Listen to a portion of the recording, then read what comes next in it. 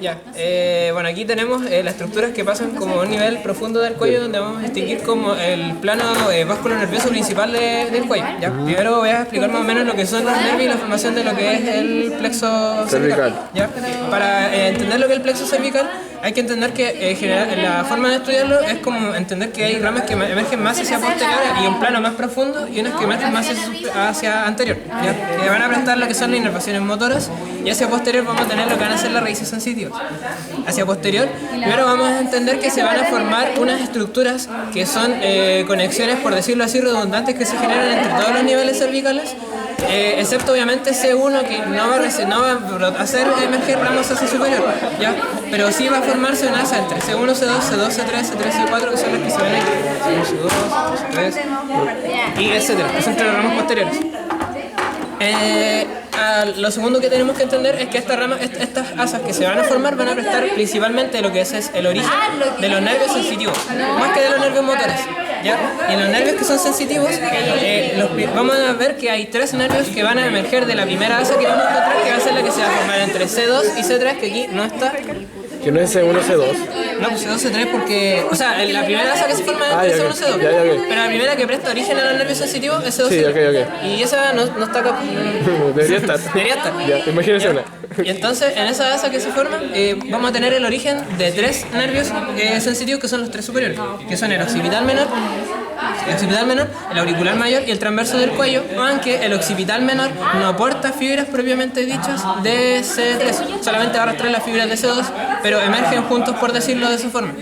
Una vez que emergen estos nervios, se va a trasladar un poco lo que va a ser la correlación que vamos a hacer con el triángulo occipital propiamente dicho, porque cuando emerjan las raíces, ya las vamos a tener como, por decirlo así, fuera del triángulo. Lo van a abandonar muy rápidamente, excepto uno de estos nervios, que es el nervio occipital, que va a ser el que se va como a quedar en el triángulo occipital, mientras que los otros, que son el auricular mayor y el transverso del cuello, lo van a abandonar muy rápidamente. Tenemos que el occipital menor va a tener un trayecto prácticamente ascendente, que va a ser más o menos paralelo a las fibras del esternocleidomastoideo, y va a prestar inervación a lo que es la porción posterior de la vaina auricular, claro, y la vial posterior del occipital. El cuero cabelludo. Claro, el cuero cabelludo, esa es la palabra. Y, claro, y después tenemos el auricular mayor, que lo va a abandonar muy rápidamente, porque en el punto doloroso o punto de origen de las fibras sensitivas del cuello va a girar hacia oblicuo, hacia anterior, y va a pasar a prestar inervación a la piel que se distribuye entre la porción anterior del pabellón auricular y la rama de la mandíbula. Bueno, y un poco acá, como esto. ¿Ya? ¿Dónde? Acá. Ya. Eso. Y entonces esa rama abandona rápidamente el cuello, como haciendo una especie como de abrazo sobre el esternocleidomastoideo, porque al emerger hace como, tienes como el límite del triángulo occipital, el límite posterior. Sí, el anterior. Anterior, y entonces emerge el nervio y pero como que da la vuelta. ¿Ese es el auricular o el transverso del cuello? No, el auricular, el transverso es lo mismo, pero en un plano perpendicular. Hace como esto. Sí, te entendí. ¿Ya? Ya. Entonces esos dos nervios, por ese es el motivo que no se consideran parte de este triángulo occipital, porque como les dije, lo abandona muy rápidamente. ¿Ya?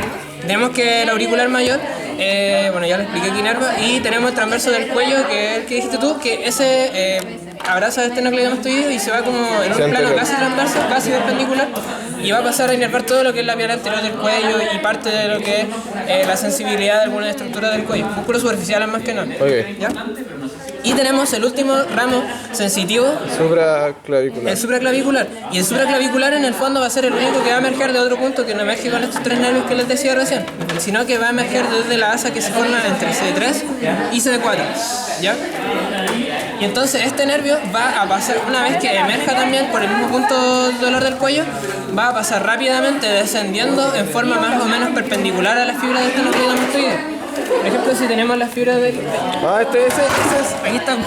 Ya, pero pone bien. Si tenemos las fibras del esternocleidomastoideo, que es, bueno, este esternocleidomastoideo, las fibras van a emerger rápidamente. Bueno, aquí no se ven, pero en realidad deberían estar en un plano más superficial que este, según... Ah, no, creo que puede ser este. ¿No? Debería ser este. Sí. ¿Ese es el que pasa por acá? Sí, porque este es el accesorio. Debería ser este, ¿o no?